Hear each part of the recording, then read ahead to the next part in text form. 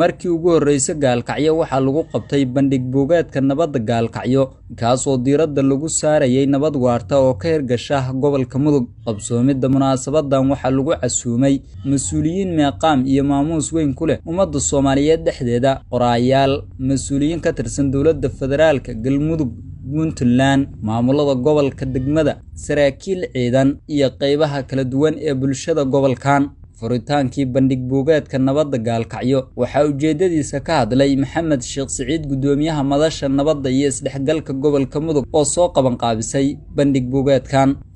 maadaama magaalada gaalkacyo 5 sano oo nabad waarta la helay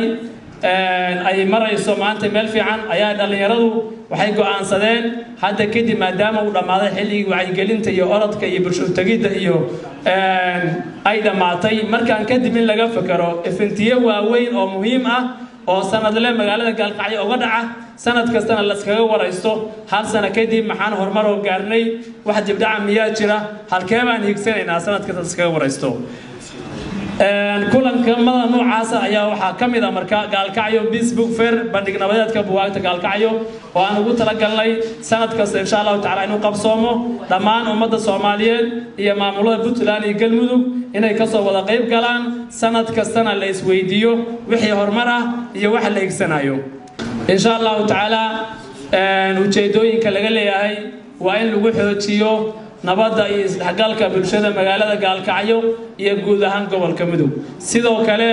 gaalkacyo dadka reer gaalkacyood iyo guud ahaan gobolka Mudug maadaama nabad waarta ay heleen didaal badan juhdi badan lagu bixiyay farsamooyinkii iyo waxyaabihii la adeegsaday iyo waxyaabihii kale guushan in la gaaro inaan Soomaaliyada kale insha Allah taala wadankan intiisa kale aan ku baahino. wasiirka wasaaradda warfaafinta Galmudug Axmed Sharaf Falagle iyo wasiirka wasaaradda arrimaha gudaha Puntland Maxamed Damancab ayaa sheegay in dowlad goboleedyada Galmudug iyo Puntland ay ka go'an tahay sidii xal waara looga gaari lahaa colaadii gobolkan soo martay.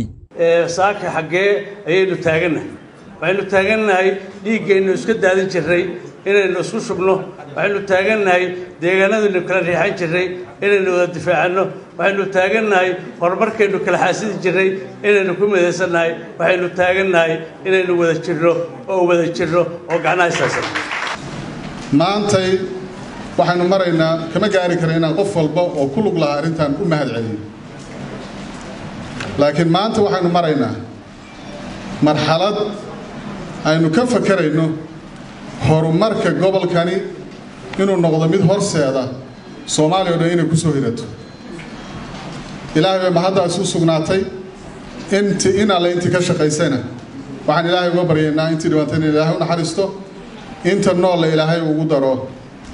maxaa la yiraahdaa xasanaadkooda ugu daro.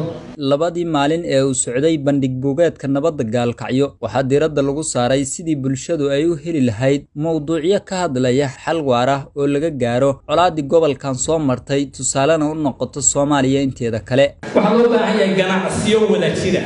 joint investment sharing projects in la abuuro ay ka mid yihiin dekadaha gacanta lagu hayo hadda loo baahan yahay wada maal gashado dekada qobyo iyo dekada garaac labadaba dadku markay isku darsadaan waxbay wada ilaashanayaan ganacsiyo yar waliba oo hadda dhalinyarada aan jeclahay inay iyagu horta joint projects oo yar inay isku darsadaan oo moolal iyo cafeteria iyo amuraha noocaas ay sameeyaan jidadka magaalada inay wada isaasato mashaariic ay wada dalbato wadooyin isku xiriya magaalada la sameeyo arrimaha culture iyo la xiriira dhaqanka iyo munaasabadaha in la wada qabto maalinta Galmudug la wada xuso maalinta Puntland la wada xuso toddobaadka Soomaaliya la wada xuso amurahaasna barnaamijka lagu daro wax ay dadku wada leeyihiin sameyn kartaa meel dumarku isbitaal weyn oo dumarku ku dhalo oo gobolka Mudug u leeyahay Mudug isbitaal la yiraahdo oo dumarka iyo carruurta iyo ay ku dhalaan oo mid ma u sameynaysaa waa koob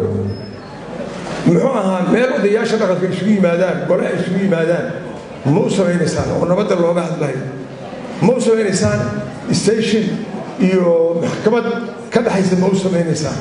meel orphanage ma u samaynaysaan oo carruurta la isugu keeno aabayaasho dhinteen inta la isugu geeyo meel ay wax kooda bartaan gunaanadkii bandhig buugaadka magaalada Gaalkacyo waxaa aaladda fogaan aragga uga soo qayb galay ra'iisul wasaaraha xukuumadda federaalka Soomaaliya injineer Maxamed Xuseen Rooble, gudoomiyaha baarlamaanka Galmudug Dr. Maxamed Nuur Gacal, kuwa oo ka hadlay ahmiyadda nabadda gobolkan ay u leedahay Soomaaliya, iyadoona ugu dambeyntii laga soo saaray war murtiyeed muddadii uu socday bandhig buugaadkan.